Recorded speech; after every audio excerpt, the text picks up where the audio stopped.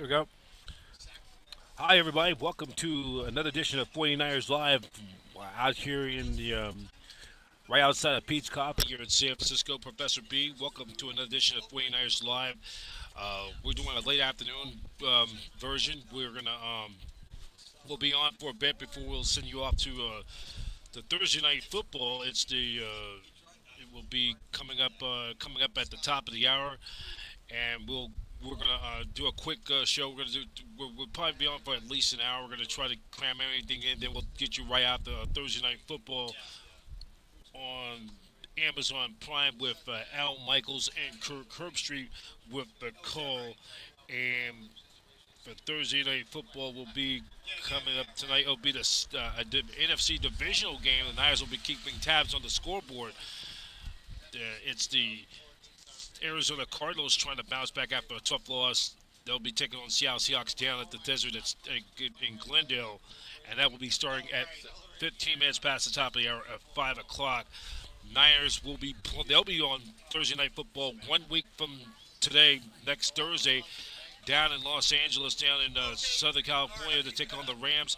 That will be at 5:15, and that will be on the on Amazon Prime, and I believe the game here locally in the Bay Area will be on KTVU Fox 2 in the Bay Area.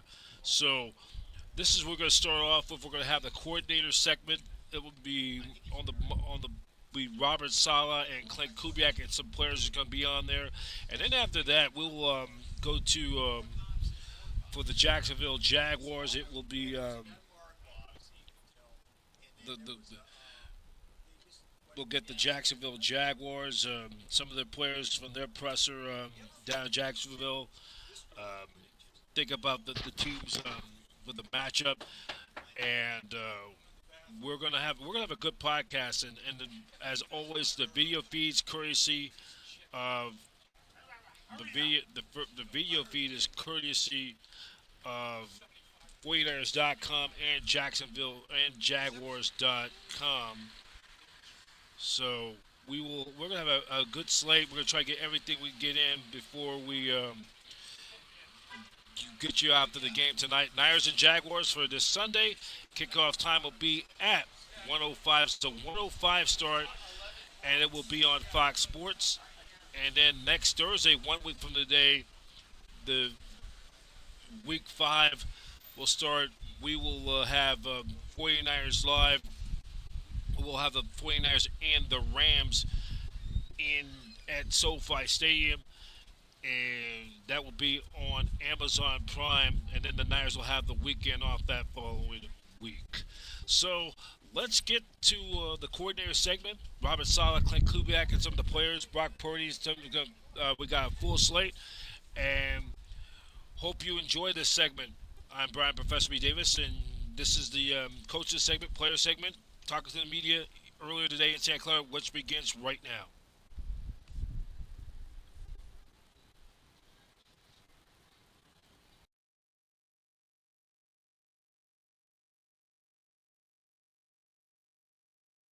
The challenge of like figuring it out, like how do we do this without him? So you remind me of a funny story. I'm going to share it with you. Um, so a long time ago, we're in Jacksonville. We're playing the New England Patriots, and Tom Brady shows up on the injury report, and we're like, oh my God, he might be out. And so Gus Bradley, head coach, comes in. He goes, what? We want them at their best. We want Tom Brady to play. And I was like, no, we don't. We don't want them at their best. No, um, there's there's nothing enjoyable from a personal standpoint. Like we're always going to go to work. We're always going to try to find a way to put our guys in the best situation possible. But the most painful thing is to see a guy like Nick Bosa, who I thought had a perfect offseason. He had a perfect training camp, and he was playing at a defensive player of the year level. He was playing at an extremely high level, probably the best he's played in the last couple of years. And for it to end short for him like that after two games and a quarter, just it sucks for him. So don't feel sorry for anyone in this building. We get to show up, we get to watch film, we get to go to work, we get to go on the grass and try to figure it out. That's always going to be the fun part. It's what's sad is that he's going to be in rehab, and that's where my heart goes. Philosophically, as a guy who's been a head coach, and we've just seen, so is it just bigger, faster, stronger? Is it sometimes turf? Could you put a finger on just how it seems like injuries are more prevalent right now than they ever have been in the game? I have a lot of thoughts. Way too long for this press conference, but we can visit on that one day. But it is there.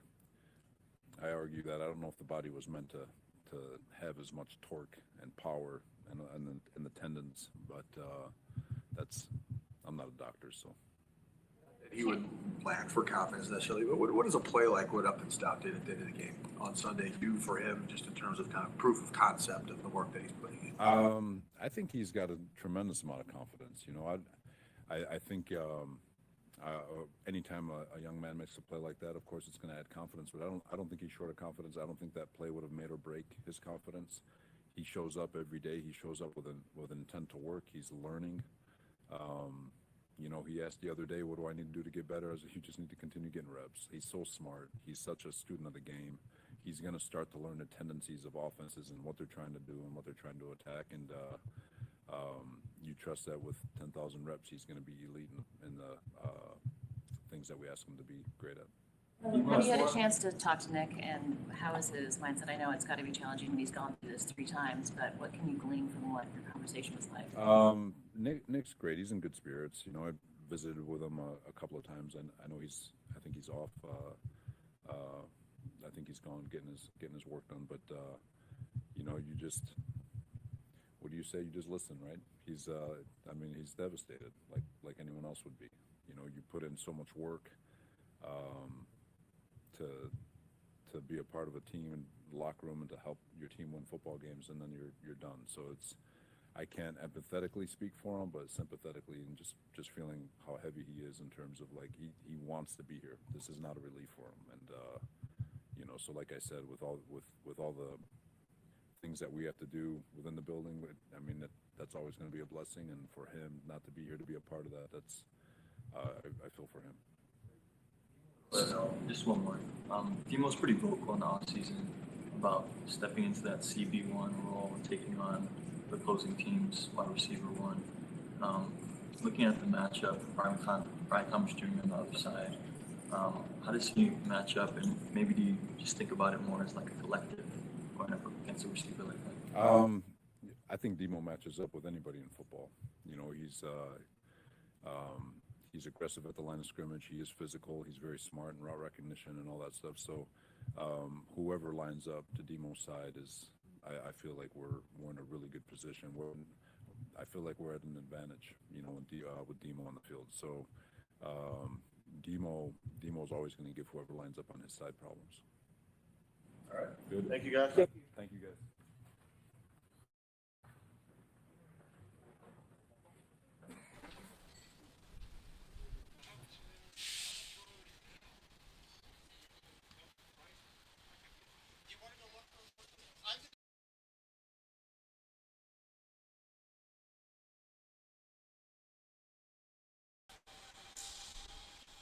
All right, that was Robert Saleh has his game plan for you and talking about the injury to Nick Bosa.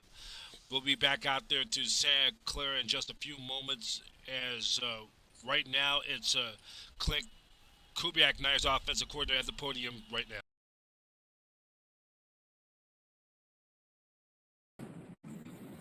I think Ricky played all but 2 snaps on Sunday. How impressive is that aspect of his game, his stamina, and is that something that young players, you know, don't always have coming in the league? Yeah, it's extremely impressive. It's one of those things you don't even realize till the game's over. You know, it's pretty rare for a receiver to play that many snaps, but it's just a testament to him, how he works, you know, how he's been, you know, stacking practices and building up his conditioning. I think it's also a testament to his, you know, his mental component to the game and how he prepares, and he doesn't miss anything. He doesn't need to come out of the game for any reason.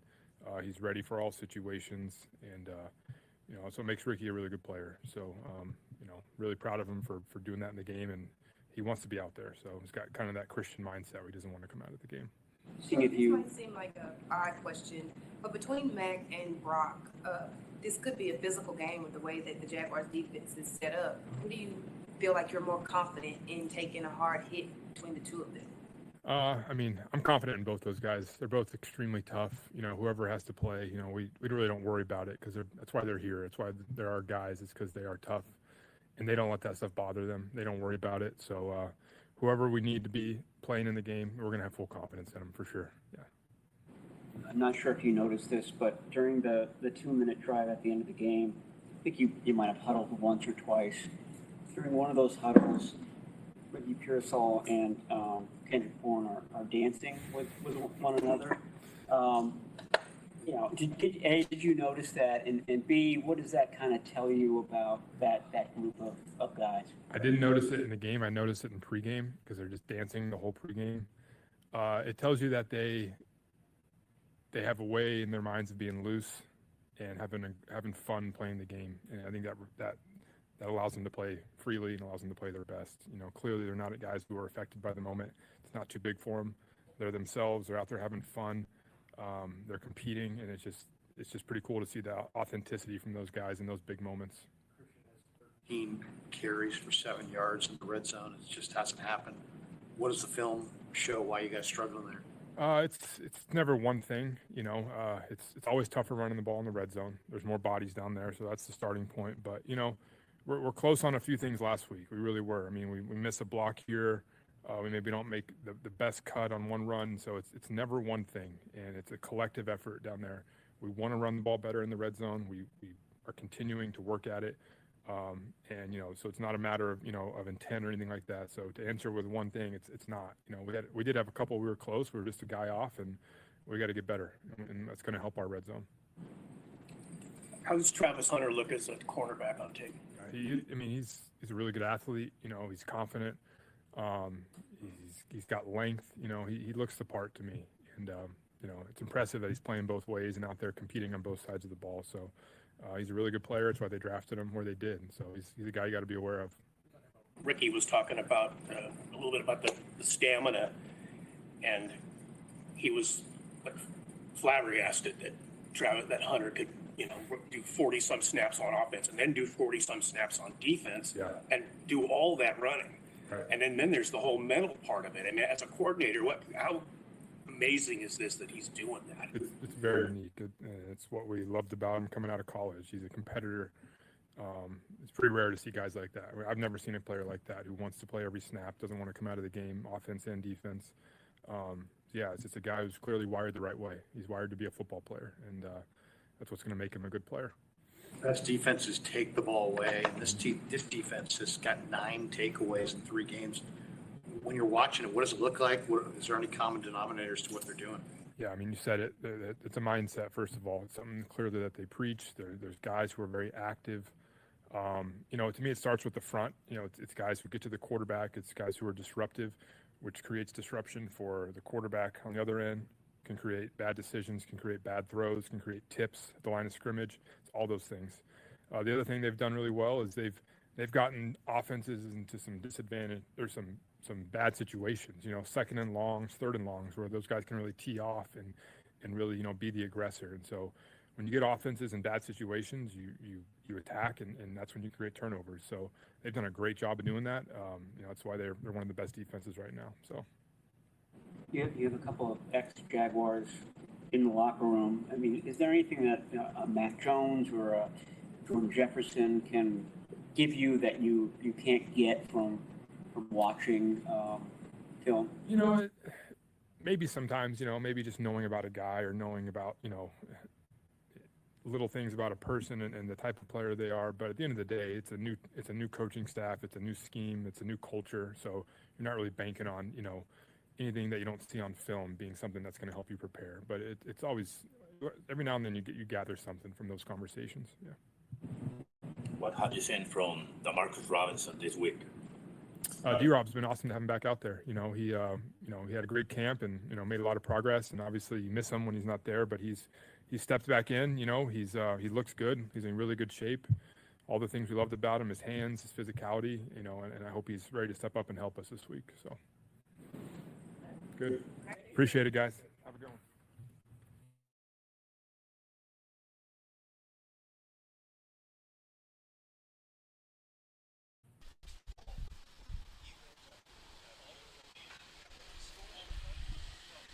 All right, that's Clint Kubiak, the Niners offensive coordinator. Uh, we'll be back, send you right back out there to Santa Clara in a few. This was recorded earlier, so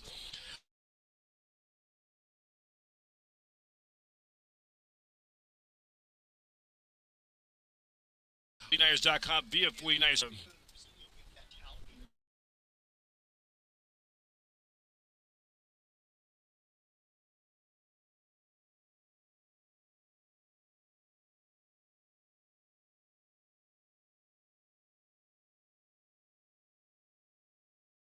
Live here, down here, right next to me at Pete's, coming out to Santa Clara in a few minutes on Niners Radio 49. And we got some few 49ers news to we got some 49ers news to 49ers news from earlier in the day this week. The 49ers taking a look at Shedeur Sanders, the son of former Niner QB, current coach at Colorado, Deion Sanders. He got cut. Remember, he got cut by the by the he was cut by the Buccaneers right before training camp ended, and while we're waiting,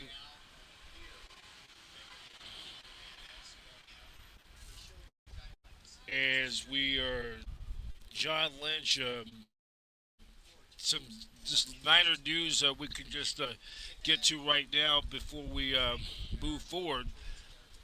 As John Lynch provides the timetable for George Kittle's return, Brandon Ayuk is not even close to coming back.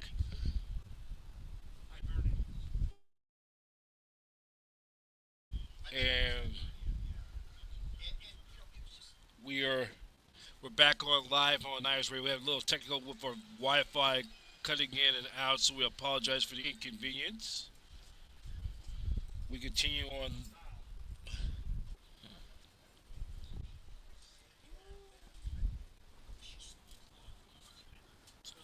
49ers Live. We are going to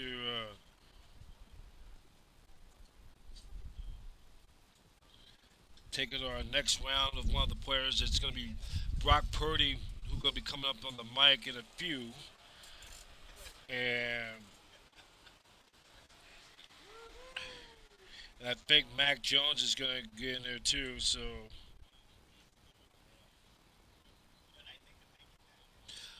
we are take a look at some of the news and notes going on. So John Lynch said they did not put a timetable on Brandon Ayuk's return. He spoke on KNBR Thursday morning on the Niners flagship station KNBR, and Ian Rappaport reports about Brock Purdy having a chance to play Week 4. And Lynch said about the tight end, he is doing well. We put him on a short-term IR. He is not even eligible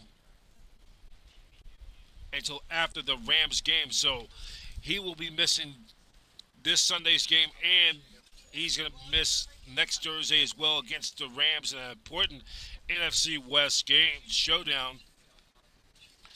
And he speculates or states that I think Tampa would be the first game he'll be eligible to return. He is tracking well. They're putting in a lot of good work, and like always with George do, the cool thing about George is that energy, the presence that Kittle has is really unique, special. He's been here the whole time. He's shown up to tremendous leadership. The main bye after the Week 5 Rams game give the kid a little more time to return, and it doesn't even sound like the Niners are optimistic for Brandon Ayuk returning is the same time. So I think you're looking at it because the ACL injury is way more serious with what Ayuk suffered last year than what Bosa suffered last year. So you look at it, as you look at it going forward, it's so when you look at it going forward, I think as you look at it going forward,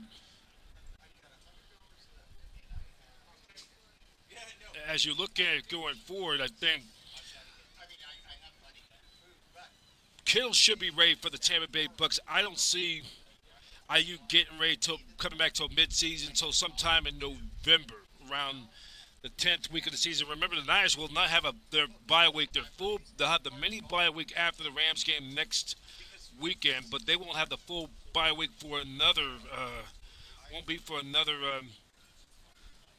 Won't be for like another 8.5 weeks. So it's gonna be a while before the Niners have their full bye week. The smart of Lynch is not put a timetable on IU. If it's earlier, expected, great. If it's longer, schedule works in the Niners' favor. So as long as they keep winning, the team can afford to be patient with their star wide receiver. And then, and then you look at Demarcus Robinson getting off the suspension list this week after serving 3 games for his substance abuse violation. The league's substance abuse policy, so he's back at it. He's back. He's eligible to play this Sunday against the Jaguars, and then so I think the Niners are looking good at their depth, though. That's what you need on the depth chart. So right now we're going to continue on Niners Radio 49. We are now going to head back down there, and this was from. Might be Mac Jones. Mac Jones is on the podium right now. That's all the inside information Yeah, while you're here. definitely talked to some people, but got a lot of respect for those guys over there, and they really have the same roster. They added a few guys, but they're doing a good job on defense, so really going to be a challenge. The defensive front line just. They're really good. Got to go against them last year during scout team and had some competitive days, so really have a lot of respect for 41 and 44, and then obviously Eric on the inside and D Ham on the inside. So they have a good front there, and yeah, they do a good job. They work hard, and I've seen that firsthand, so I got a lot of respect for them. From Sunday to then Wednesday to then today. Yeah. Have you seen progression of feeling better based on the re-aggravation? And if so, if you could give a detailed account of like how much better you feel. Yeah, that's a great point. I think every week people deal with stuff, and then each day you just assess where you're at. And having played 5 years in the NFL, I kind of know where I need to be at, and I'm definitely happy with my progress and the medical staff and everybody. So really just taking it day by day and attacking each day and doing what I can do. How much are you doing in practice, man? A lot. Feel good in the warm-up and everything, and then going through practice, hitting all the throws, routes on air and everything. So feel good. Definitely, just like any other week, you're going through the week, getting ready for the game plans as a backup or a starter. So feel comfortable doing both, and I'll be ready to play. Your expectation is you will be available in some way. Yeah. You guys got Demarcus Robinson back this week. What does Demarcus bring to the mix? Yeah, he's awesome. D-Rob made a lot of plays in the spring and throughout fall camp, and then obviously was here in and out of the building and stuff, but he's ready to go, and really excited for him. He's played a lot of football, and he always makes plays no matter what team he's on, so I'm excited for him to make plays on this team. Question about Demarcus Robinson as a quarterback, specifically from your perspective.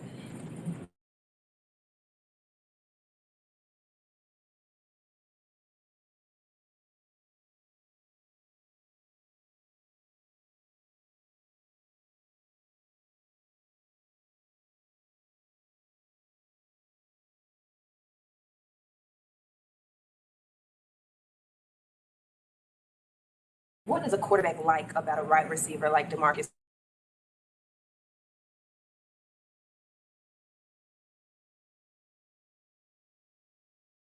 Yeah, I mean, he's a very talented player. Obviously doing a little bit of both. I've watched both sides of the film, so he does a good job on offense and does a good job on defense. So really talented player, like I said, and Tyson on the other side does a great job as well. I've obviously gone against him a lot, so I have a lot of respect for him dating back to college. So they got a good group out there, and number 2 is a really good player that they added this year. He seems to be like the top guy on their defense communication-wise, and he has had a great career so far, and it looks like it's continuing in Jacksonville. You being with Trevor Lawrence, you guys have a lot in common. How does, from your perspective, I guess, how does he deal with the scrutiny that comes with being, first round pick, number one pick in his case. I think there's people might be a little disappointed, like, oh, I thought he was supposed to be John Elway at this point. Like, I guess I deal with not meeting those crazy expectations. Let me call him and ask real quick. No, I mean he's great. I love Trevor. I know what you're saying. Though, like Trevor's always been the guy that everybody's chasing from my age group. Just he's younger than me by a year or whatever, but he was always the top guy, and he is. He's a great athlete, great quarterback, great thrower, and everywhere he's gone, he's rose to the challenge. So I have a lot of respect for Trevor, and being in the room with him last year, we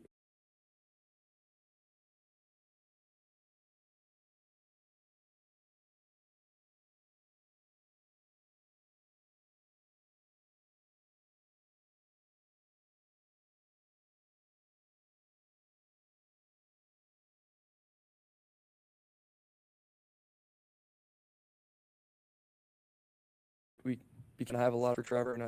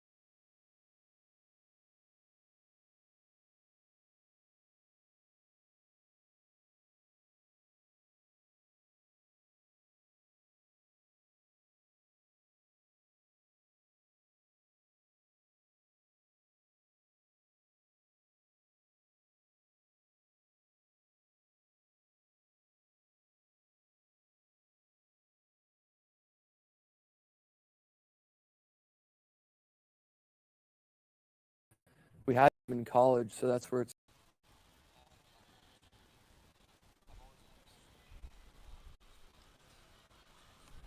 Because you're going to work, and that's kind of how I go about it.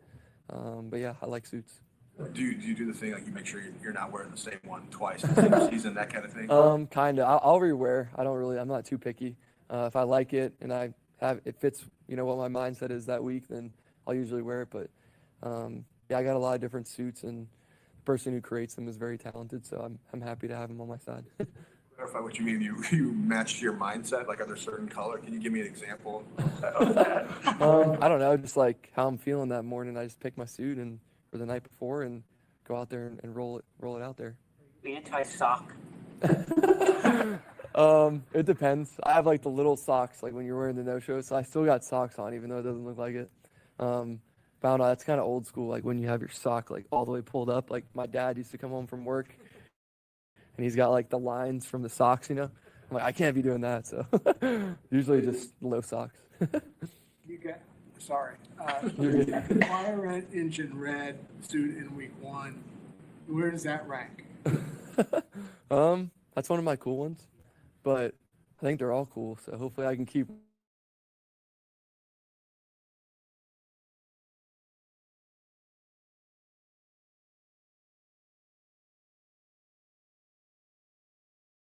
Working, and that's how I feel you should come to the games. It's like a lot of non-football questions, but it's all good. Thank you. Thank you. About the junior.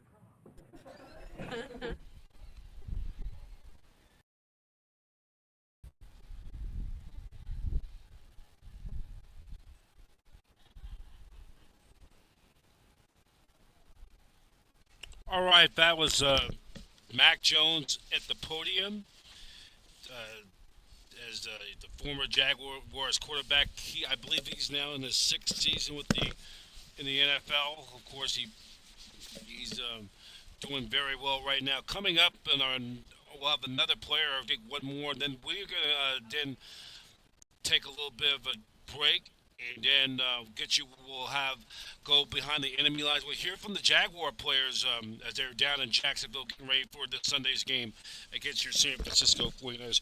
Reminder coming up, we will have tomorrow um, we'll have another podcast, and then after our podcast, as Kyle Shanahan have his final tune up for final injury report, we will have a edition of 49. We'll play you the 49ers tailgate, and we'll have our segment with Elijah Wan, the shoe shine man, as well. I taped that earlier today downtown, so I'll be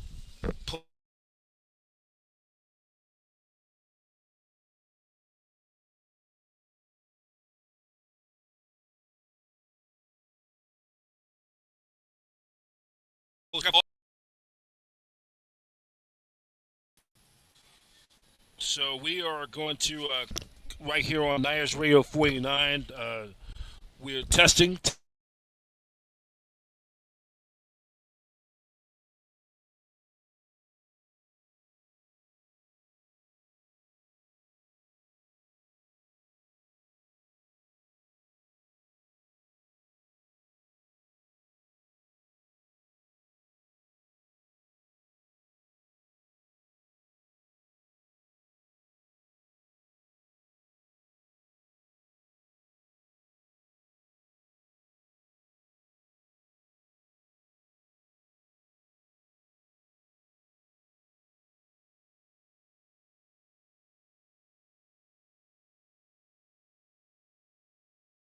test 49ers live.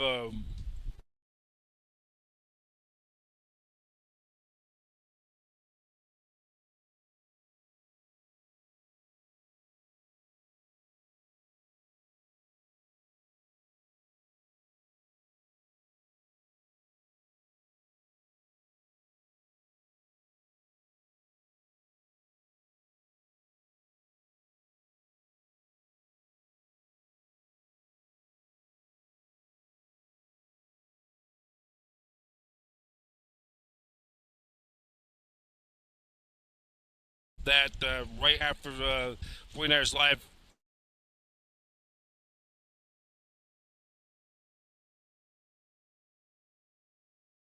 next Friday sometime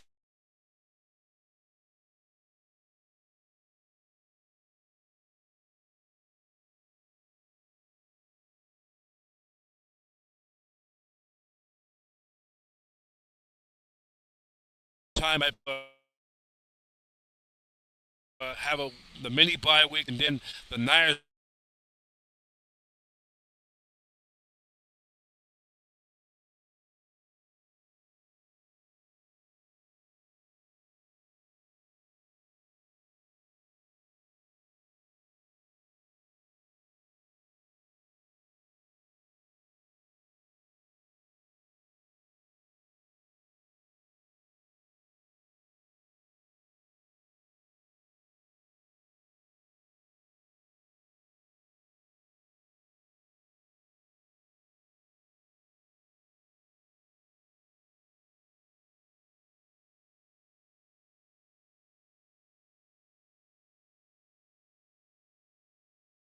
on the.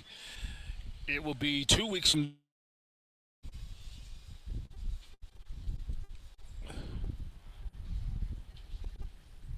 So I think it's Christian McCaffrey right now. Brock, how's the week been going back for you? Or Brock Purdy, correction, Brock Been Purdy. good. Really like where I'm at with progress with it healing up, and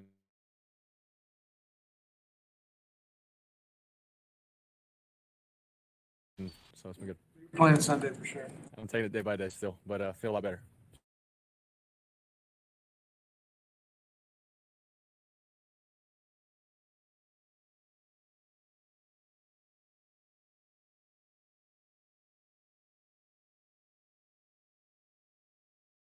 So.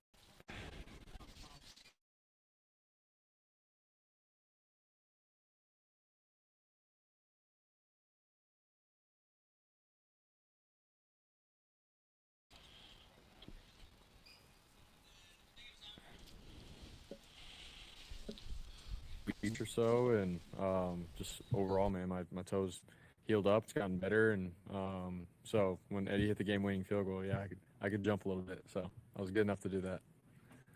How's Marcus Robinson been back in practice? Awesome. Just having him back out, and obviously seeing what he had done at camp, and it's the same thing. He comes back out and is feeling fresh and looks great, and great hands. So excited to have him back and in the game plan.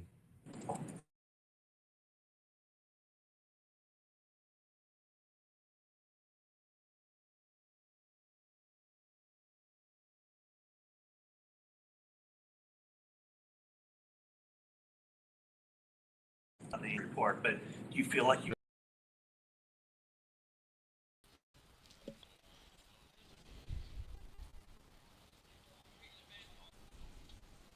I do think that it's been good progress, good work, and I just feel better overall, just with my body and mentally of attacking this game plan and being ready if I'm able to go. So. To kind of follow up on what you just said, the mental aspect of it, hypothetically you play on Sunday, given that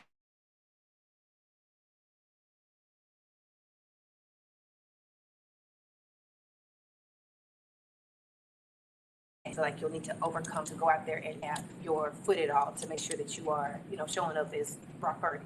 Yeah, I mean, if I'm playing, I'm gonna be feeling good. That's all I know, and if I'm not ready come game time, then I'm not ready, So when I step on the field, I want to play quarterback, just like Brock Purdy has always played quarterback, and so that's how I'm looking at it, and I don't want to go out there thinking about anything else on my body if it's not feeling right.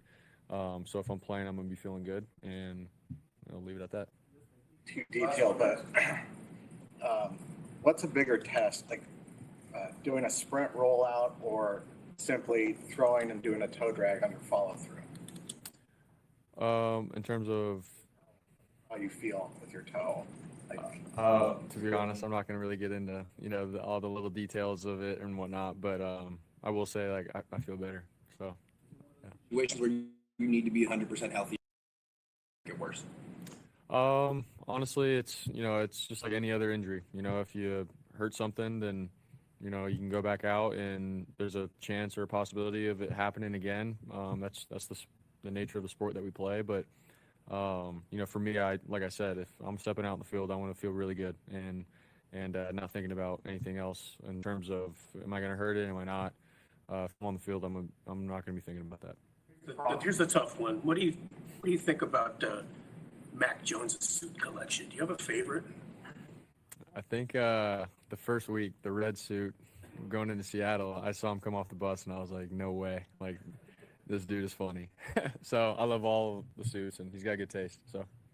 When you prepare to face the Jags, what do you see when you pop that film on? I mean, there looks like a really good defensive team. What kind of stands out? Yeah, their first 3 games, man, they've played together, tough defense. You could see that they're all playing with a chip on their shoulder, and it's a team that is hungry, and I feel like they've found ways to win together, and I mean that's the NFL, man. You got to end up finding a way to win. It doesn't matter how, but at the end of the day, they've both offensively and defensively have come together and they've won games, and so I really respect them for that. And obviously, good front, really good front. Really good linebackers. They're secondary. They got talent. So it's going to be a really good challenge for us, and I'm excited for it. You're challenging. How's it been just to build chemistry with Kendrick Bourne?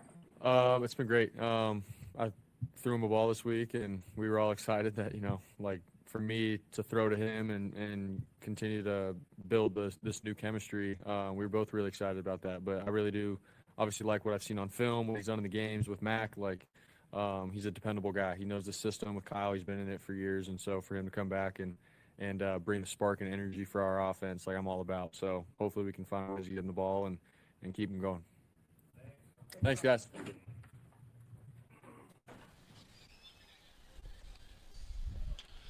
All right, that was Brock Purdy talking about the game and the progress of him hoping to get back on the field. Those turf injuries are no joke, not to mess around.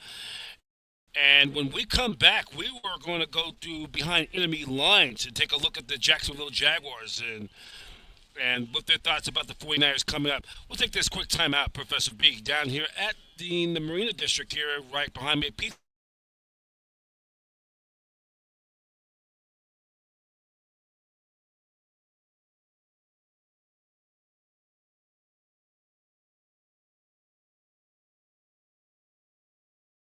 On Niners Radio 49. We'll be right.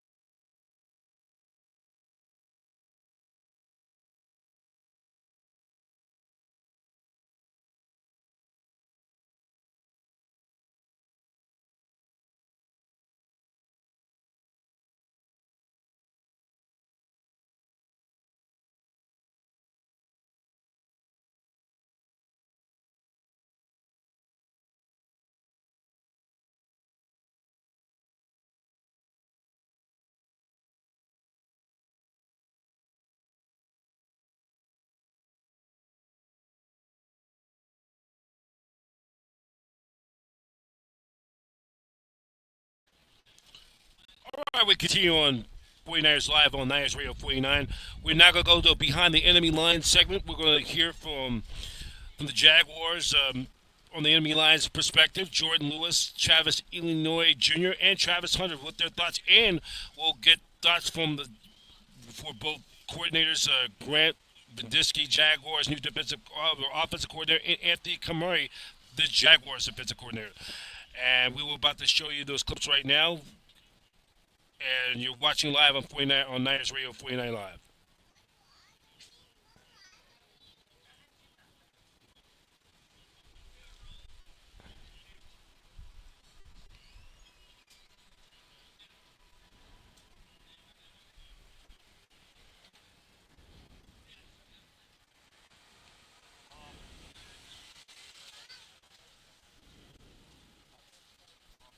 So we didn't understand what we're going to get regardless of the quarterback. But we know that Brock Purdy is really mobile in the pocket, and he can extend things with his legs. But at the same time, Mac Jones has proven to be a really good, serviceable quarterback and can make you pay. You're not right. And over the last 2 weeks, have you seen Travis kind of grow on the defensive side just as he's got more reps with you guys? Yeah, he's just getting more reps. Honestly, that's just all it is. Just time on task, making sure that he understands the different nuances out there at corner.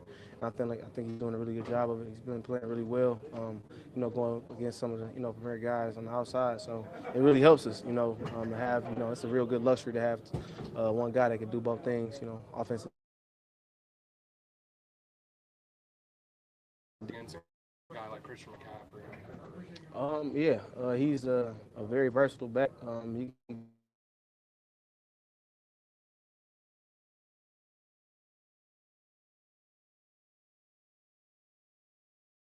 go out there and split out like everything. He's definitely somebody that we got to circle and make sure that we corral him. Is this the personality of a defense that you guys planned all off season? Is it showing on the field now through 3 weeks? Yeah, it's looking pretty good right now, I would say. But like I said, it's a continuous thing. It's just the attitude is every day. So That's what we have to think about, just getting better every day and imposing our will every single time we go out there on that field. So, the results are what we wanted it because of, the pursuit we've been looking for and the pursuit we've been having in practice since OTAs. Feels like you brought that attitude. Are you happy with the buy-in from everybody? Yeah, it wasn't me. It wasn't me. They just brought me along, honestly. So, Coach Campanelli and Coach Liam, they understood what they wanted on defense, and they just brought the pieces in that they knew would help, and they did a really good job of both things, getting us in position and bringing the right guys in to go and do the scheme. So I'm just a part of it. I'm just a part of the machine, and I'm happy to be a part of it too. What is it about this defense that makes you sure that it's not going to become complacent? Get three turnovers every week, and then we want more. That's what I said. The attitude and the pursuit of greatness is every day, and that's what we talk about when we go out there on that field every single day. Even when in practice, we got to go get the ball. And we've been having the ball, we getting picks and stripping the ball in practice. So that's the outcome we expect in the game, because that's how we practice, that's how we prepare. So we prepare to get the ball. So why not go out there and go get it on Sunday? Just the run game overall for the team, the way the front has blocked it, the way Brenton and the tight ends have blocked it. How easy has it made it for you guys? It's a collective group effort, but up front, give us an idea of the view as a running back. It's been great. Just them. I feel like we do a great job of double teaming and just knowing our scheme. I feel like that's the most thing. Just us just being patient and being able to just continue to pressure line scrimmage and help them separate blocks has been really great. And guys play, they get stronger throughout the game, and you just can't coach that. And I feel like the tight ends are doing a great job, winning blockers, and you love that. And we don't got no trouble to go out there and run hard for them. When you see the Niners on tape, how different will it be without Bosa in there? And then, Fred Warner kind of runs the show, right? Bosa, he's a game record, but you guys understand it's the NFL. The 49ers next guy up, and I'm pretty sure the guy who's in there is ready to show the world who he is. So you can't take that for granted. And then, like you say, they got Fred Warner, man. He just runs everything, and we just have to be alert for him each and every play. He's a very smart linebacker, and he understands the game real well. And he's going to be out there ready to make plays and get the team going. So we just got to keep our eyes on him and just play our ball, play physical, and just play hard for 4 quarters. Do you like the way that the running backs are being utilized here, you and Bayshul and LeQuint, and the way it's worked so far? It seems pretty smooth, right? It is smooth, and it helps us stay fresh throughout the game, which is really great, and it helps us get better and better throughout the game, and we kind of just play off each other, and it's been working real well. So we just got to keep it going and see what happens at the end of the season. How is the system utilizing your skill set better? Is it getting you in space more? Is it that easy? Honestly, I don't know. Hard question for Thursday. Yeah.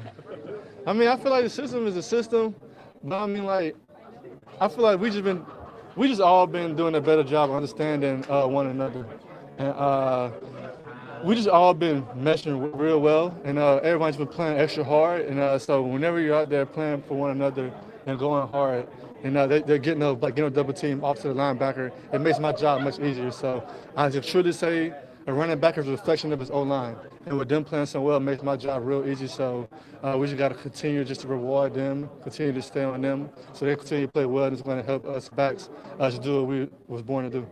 What does it mean to you as a back, as an offense? 11 yards in the first half yesterday, and Liam stuck with it in the second half. He's going to stick with it. What does that mean to you? It's great. I'm never out of the game plan. It's always a chance for me to go out there and make a play for the team, and you love that. And for us, it's just understanding that the first half might be a little hard, but just knowing that we're going to continue to stick with it, just wear them down. Just get those physical discipline runs. Don't try to go out there and make a play and start doing stuff out of the scheme. Just stick with the scheme, knowing that he's going to keep coming to you, and just go out there and whenever the opportunity presents itself, make that play. He called second half yards a lot of dirty yards. What does that mean? This is the NFL, man. Understanding that they got professional guys on their side too, and they're out there hungry, trying to figure that out just like we are. And we just got to go out there and make plays. If it's blocked up for 2, try to get 6. If it's blocked up for 6, try to get 12. So just trying to get more, just trying to squeeze all the yards we can out of a play and get a little more, get a little extra, and just run behind our pads and continue to do great things. Hi, Trav. Been on a bunch of teams in your life, right? But give us an idea of the personality of this team. What do you like the most about this Jaguars team through 3 weeks in this locker room? We play physical, playing as a team and playing as one, the brotherhood. Right, and that goes through all day long, all week long, right? That builds up to Sunday. How do you guys go about that in a practice week and meeting rooms, and take us through the day to day? How you build that moving forward? Our communication is key. Knowing what you have to do so the other guys can trust you is really our main focus and our main thing. So that's just kind of how we go through our days, and that's how we build trust with each other. Is it different, a different feeling than maybe the high school teams or the two college teams you were on? Like, what does this compare to? No, I'm not comparing. I ain't comparing. A little different here in the NFL, right? Yeah, I'm not comparing. Okay. I love the veterans in the locker room kind of set the tone for that physicality, being that physical team week in, week out. It's really our big guys. The O-line and the D-line, they play with a grit. So we go as they go, like Coach says, every week. And they go out there and they show us they're going to go all out. So we have no choice but to go all out. How do you feel like you've progressed on the defensive side of the ball? We've had 2 games now where you've been in there a lot. I feel like I've been able to do a decent amount of improvement on myself and get comfortable on that side of the ball. So I feel like I've been doing it straight. And then this is random, but you changed sleeves during the game last week. Was there any rhyme or reason? Nah, that's just me. I just like to change stuff. Yeah. From a defensive standpoint, your mentality going downhill in the run game, supporting there. Mm-hmm. What does that do for this defense? What does this do for this group when you and the corners can go down and help? Just give the all around effort and let coach know that he can trust the corners to come down and make a tackle when it's time to make a tackle. Another random one for you, but Kai just passed the 700 mark. He had the most Twitch screamers. Have you been able to tap in with Mafia-thon and all this stuff? Yeah. I be watching. I always watching. That's my guy. Gotta watch and support. I do that all the time. Are you ready to have that breakout play? I know you're still waiting for that touchdown, that interception, that pick six, whatever it is. Are you ready to make that happen? Whenever it comes, it comes. It's God's plan. I'm just out here doing my job, and hopefully it comes soon.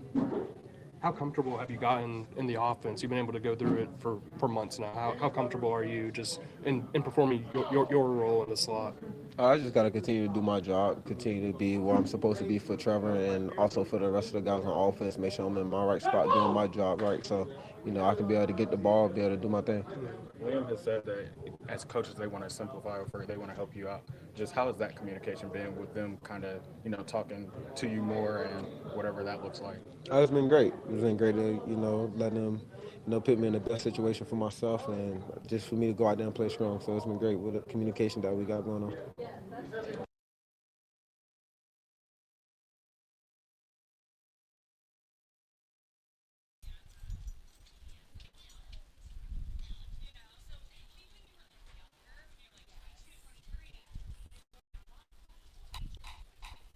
All right, so we're gonna so that was from the players for the Jaguars' perspective. That was Jordan Lewis, Travis Eddie Jr., and Travis Hunter. Their thoughts on the 49ers, and it's a good Jaguars team. Got a very nasty defense, and we're going to see more about this as we continue to preview all the way up to Sunday.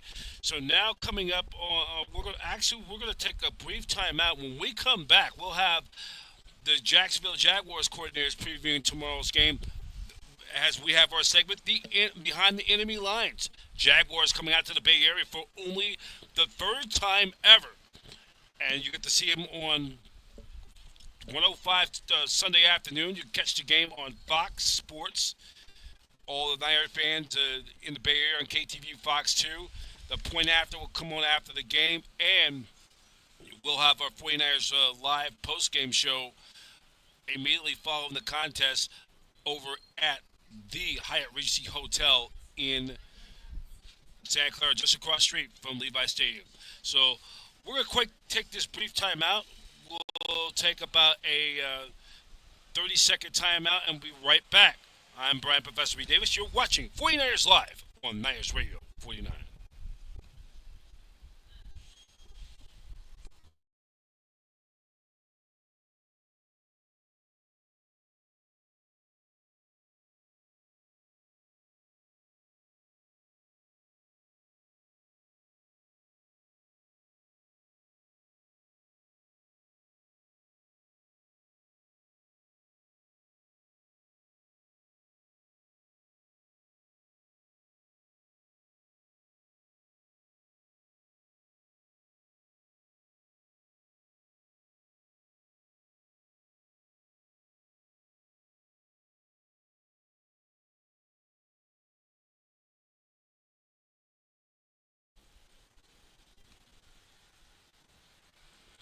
We continue on 49ers Live, Niners Radio 49. Now, in this segment, we're going to have the coordinator segment for the Jacksonville Jaguars. So we continue on our Behind the Enemy segment. It's offensive coordinator Grant Benzinski, and then the Jaguars defensive coordinator Anthony Kamari. And we're going to show you that it begins right now.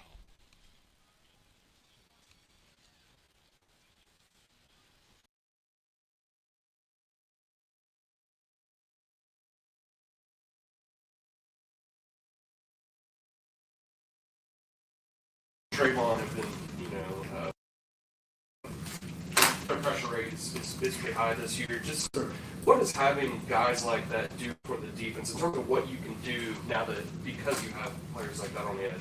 It definitely gives you more options, obviously, with their ability, their athleticism. But I think it's just more they've been working so hard during the practices, and that's showing up in the games. And I think when your hardest workers, or some of your best players are your hardest workers, that's real positive for everybody overall in the defense. So, but it definitely gives you more options in terms of coverage. What sort of challenges does that San Francisco offense present? Yeah, a lot. They do a great job in the run game, play action pass. Haven't played them in the past. I think they're as good as anybody when it comes to that. And they do a really good job in the drop back game, constant movement before the snap. And just emotions, making sure everybody's on the same page, communication, and getting lined up. So, yeah, they present a lot of issues. I think Travis, like I said last week, he gives us another great athlete that's got ball skills back there. I think he's progressing, getting better every week. And I think he did a good job, some of the man-to-man coverage stuff last week and some of the zone coverage. I thought he did a good job tackling as well. So we've gotten a bunch out of Travis. And, like I said, looking forward to him progressing as we move forward.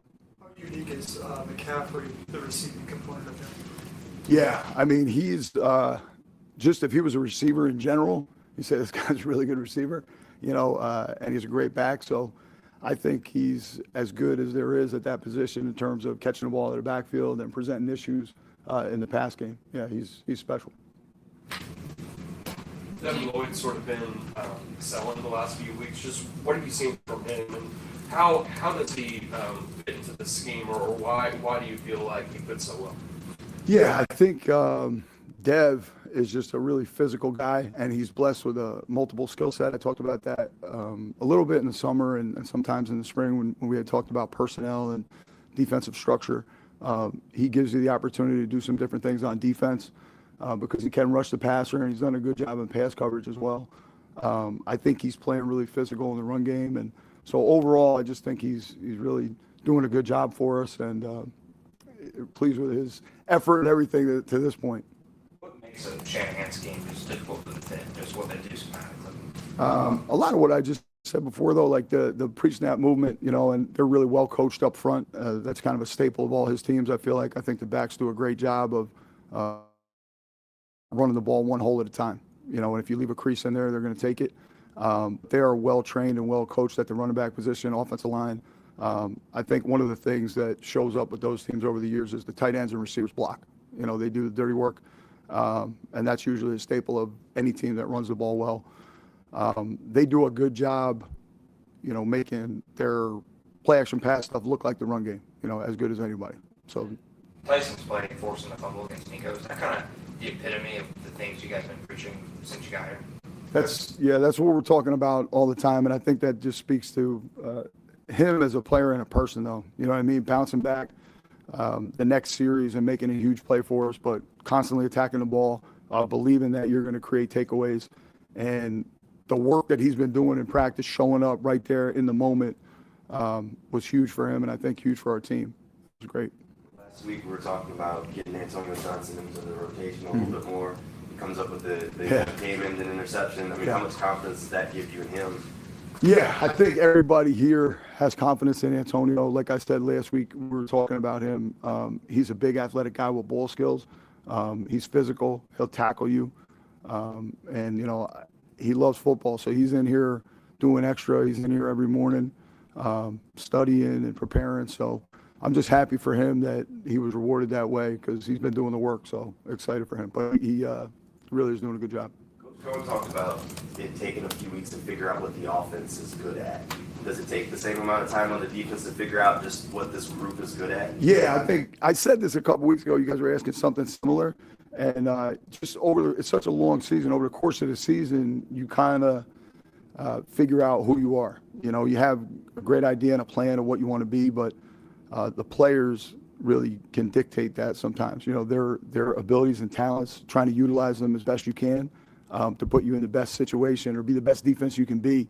You're definitely growing and learning every week. You know, hey, we do this well. We seem to really have a good feel for this. Let's kind of expand on this, and I think that's something that can help us. So you're definitely learning every week of who you are. Yeah, for sure.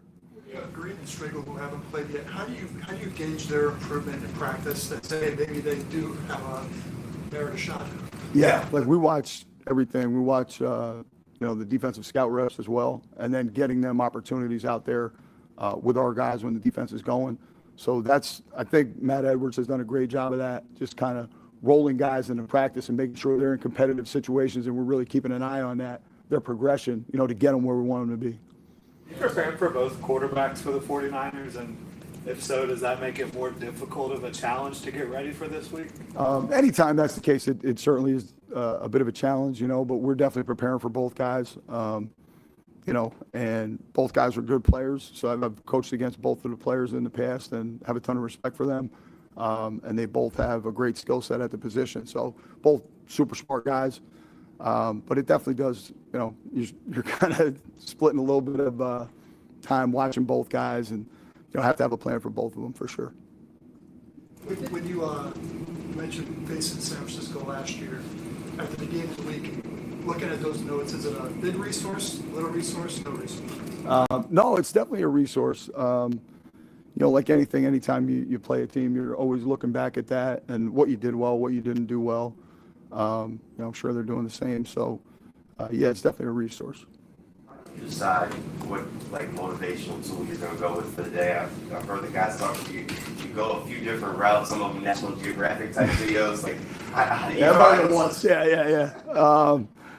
I don't know. I think it's just knowing your guys, and then hopefully you're just being yourself. You know what I mean? And if you find something that you think is a great example of what you're talking about, and you feel like it's something that will drive the point home to the players, yeah, well, it doesn't matter from where. It could be anything. And I think sometimes it's always good to get those messages from outside sources and things that guys, it'll resonate with guys because it's stuff they see every day. Defensive success so early, what do you just credit that to? The players. We have good players, honestly. That's number one. And we have guys that really care. They're trying so hard to get it right. They're very honest with each other, and they're honest with me, and that helps. That helps me, because I don't think anything gets better without honesty. There's no job or there's no relationship in the world that honesty can't help you with. So that's the number one thing, for them to be able to be transparent with me and myself with them and with each other. They're kind of counting on each other, pouring into each other every day, and they're all selling out for each other, not on each other. And I think that's what I would attribute any of the success to those guys, to the players. Only for a couple months then. How did you build that trust so early? I just think we did a great job of building the roster here, and there was a lot of good people. Like, we got good players, but we got really good people. They're good guys. Like, if you can't coach these guys, you shouldn't coach. They're really easy to coach because they work hard. There's never any complaining about, hey, this is really hard. This is not. We're trying to practice physical every day. Demand of them. Demand great attention to detail in the meetings and in the walkthroughs and everything. And if you have good veteran leadership like we have here, I think that's much easier to do. And to me, that's player led. Just go defense. I guess what sort of problems get presented? think problems on all three levels. The pass rush, you see those guys getting off the ball. Then the linebackers, Warner obviously makes plays all over the field, sideline to sideline, pass game, run game, shooting gaps, in coverage, tackling screens. And then at the third level, they challenge guys in the back end, track the ball skills. So there's a reason the defense has put up the numbers they put up and performed the way they performed, really because of the way they execute and the guys they have and the way they play. Grant, when a defense like that loses one of their top guys like Bosa, is the first quarter or so a little bit of a projection how they'll adjust not having a weapon like that? A little bit, but at the same time, defenses are rotating guys, especially at the defensive line position. So it's not like there are no snaps from previous games where Bosa hasn't been on the field.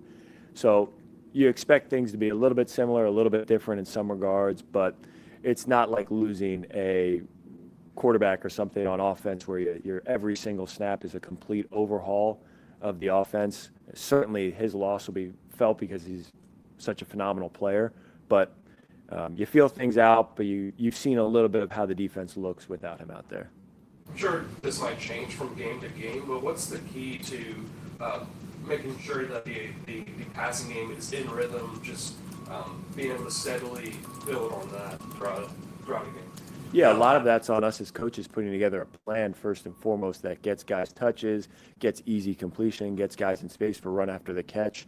So getting those things from the beginning of the game all the way throughout third quarter into the end of the game creates that progression for guys to settle in and then have success as the game goes on.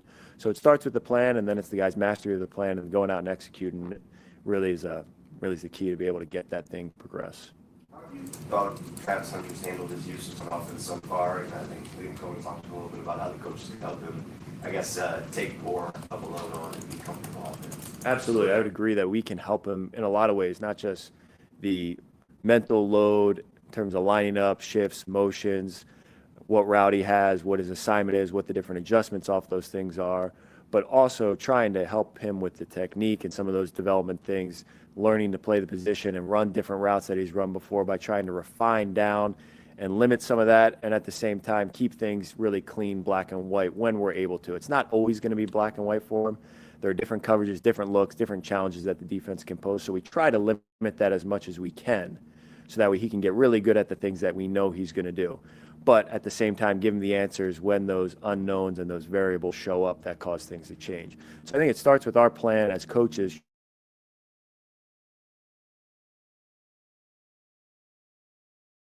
trying to do extra so he feels comfortable and is able to play fast on Sunday.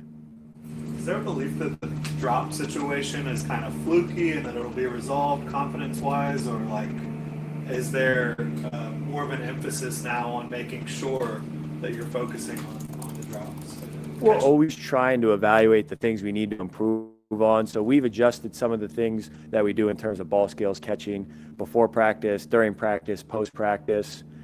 And we'll continue to evolve with whether it's something we're successful at or whether it's something we're struggling with. We're always looking for ways to try to improve our processes and the way we practice, whether it's new drills, new techniques, new fundamentals, or just the way we teach certain things.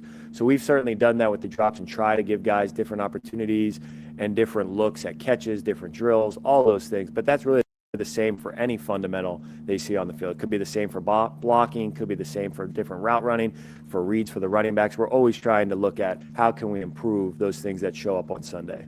Liam and Trevor both mentioned having to be patient against this defense. How do you kind of balance that with being aggressive when you need to be, knowing when to take your shots? I think hopefully we build a plan where you find those aggressive opportunities within the plan, where you're not going outside of the scheme and trying to force something that's not there. There are going to be extended plays, and that's awesome that Trevor can do that with his feet, and all the guys can really do that by breaking tackles, run after catch.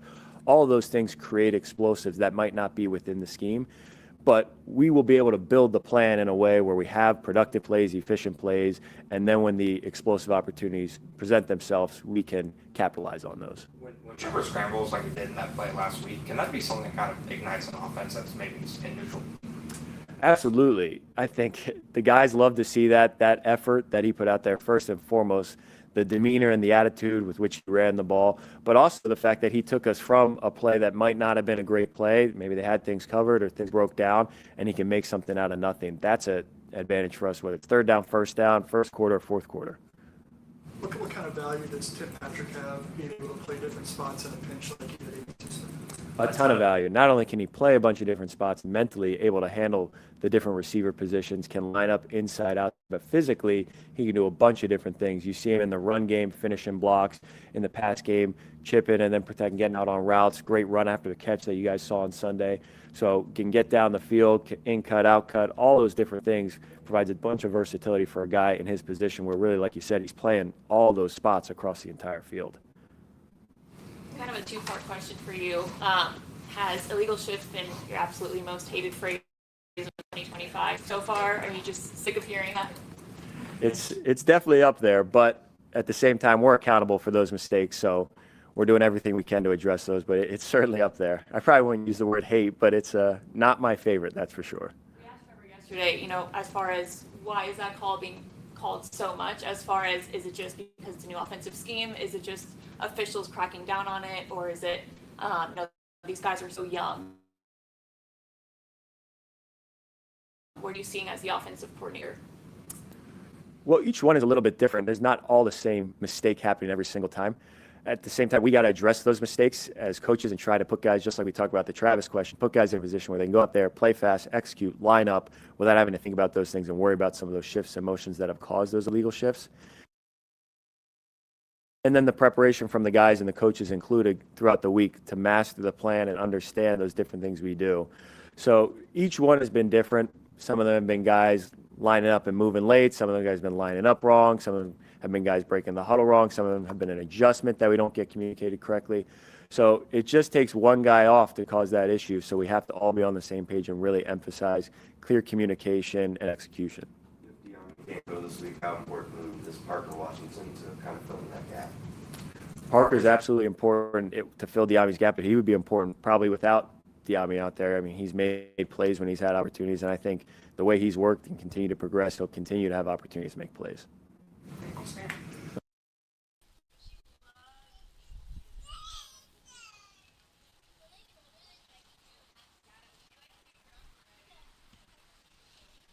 All right, that's the coordinators segment.